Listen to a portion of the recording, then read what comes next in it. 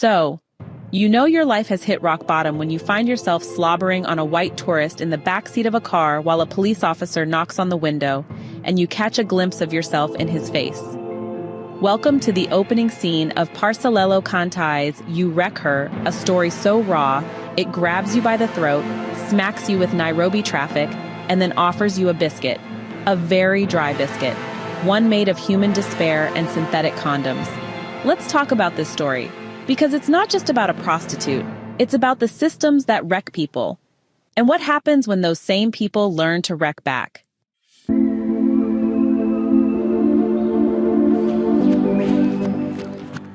So the story opens with a scene that's frankly hard to read and even harder to forget.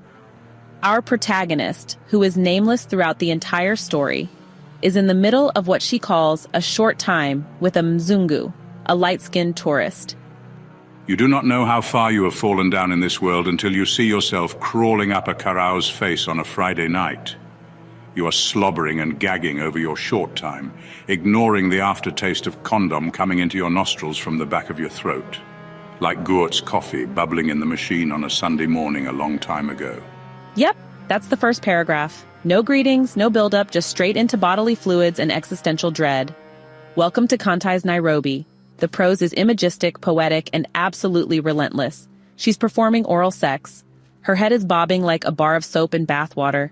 He's gripping her like a handbag thief on Moy Avenue. There is a tap on the window, and right there on the uniformed policeman's face, you see yourself. That line right there, that's the first mirror the story holds up. You think you're just watching, but suddenly you're in it.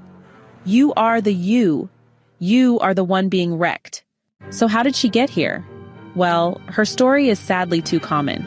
She left home after the death of her mother and the trauma of being sexually abused by her father. In the underworld of Nairobi, she became a Malaya, a prostitute, one of many girls from Kenya, Rwanda, Sudan, Congo, even as far as Benin. They all share the same hope, to be spotted by a Mzungu, rescued like Cinderella with a passport, and flown to Europe. That's the dream. But our protagonist? She's not exactly hot girl material in the Nairobi night economy. Too tall, too skinny, and too dark. So she's left with the bargain bin clients. The ones with gasoline-leaking cars, broken dreams, and long, sad rants. You know the type. I used to be a banker until the divorce, and now I live in a hostel in Upper Hill. Tragic. But then she meets Goort, her fairy godfather. Except instead of a wand, he's got a camera, a trauma fetish, and a taste for drama. Goort is a war photographer, and more importantly, a master storyteller. He buys her new clothes, promises her a new identity, tells her she could be a model, like Alec Weck. But here's the catch. She needs a better story. Remember that you are a child soldier from Sudan, whom I discovered resting under a tree in Ye County, near the border, and not having eaten in 3 days. He said you have to remember that. Also, do not forget that your mother was raped by soldiers and got pregnant with you only to die in a hail of bullets at childbirth. He said drama was what would make the world love you, such a beautiful creature rescued from such ugliness. And so, with that fabricated horror story, she is reborn. She becomes the poster girl of Western pity. Her face is on magazine covers. Her lies are now her brand. And ironically, it's the lie, not her real story, that earns her a seat on the plane. But drama is a moving target, and soon Sudan isn't trendy anymore. The world has turned its gaze to Angola. And Goort? He finds a new girl, fresher trauma, better lighting. Just like that, our protagonist is replaced. The starlet becomes irrelevant, shipped back home, old news. So what does she do? Does she wallow? Cry in a corner? No, she adapts. She teams up with a karao, that's slang for a cop, and starts ripping off clueless mzungus. Full circle karma. She becomes the hunter, exploiting those who once exploited her. Now let's talk about what Kantai is really doing here. First, the title, You Wreck Her. On the surface, it's a phrase about sexual conquest. But layered beneath that is the slow destruction of a woman, not by one person, but by a chain of institutions, systems, and histories. There's exploitation, but also reverse exploitation. The girls learn to play the game too. They lie, they hustle, they survive. And in that survival, something inside them is also lost. There's the performance of trauma. How suffering becomes a product, a way to get attention, to climb out of the mud. If your real pain isn't dramatic enough, make one up.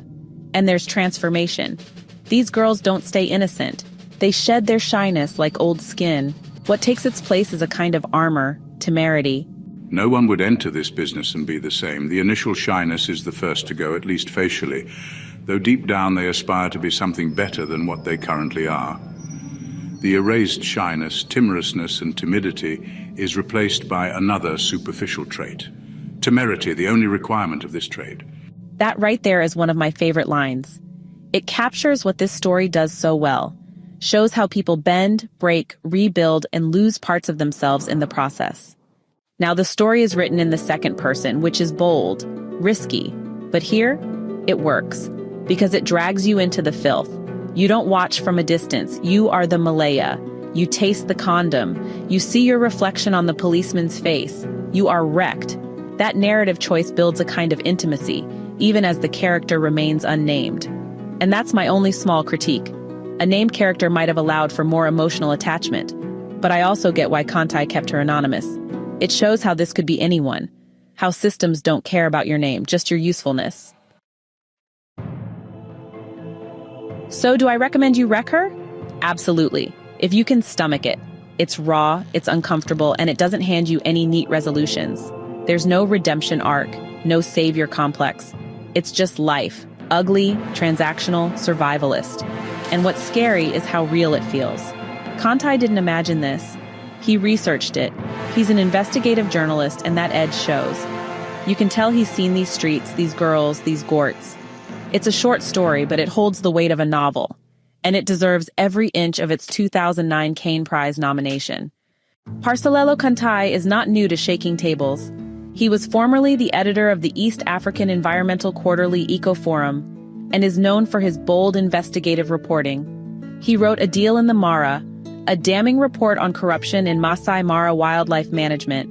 And in 2004, he was runner-up for the Caine Prize for his story Comrade Lemma and the Black Jerusalem Boys Band, which, by the way, is also wild. He's currently working on a novel set during Kenya's Kenyatta years, and honestly, I can't wait to read it. So that's You Wreck Her, a short story with a long aftertaste. If you've read it, let me know your thoughts in the comments. If you haven't, brace yourself, and then read it. Thanks for watching, subscribe. And until next time, read something that wrecks you just a little. Hey, thanks so much for hanging out with me today. And if you're in the mood for more great reads, don't go just yet. Click on one of the videos popping up right now that I think you'll love. And don't forget to give this review a like, leave a comment, or even subscribe if you'd like to see more. Every bit of support helps us grow this little community of book lovers. See you in the next one.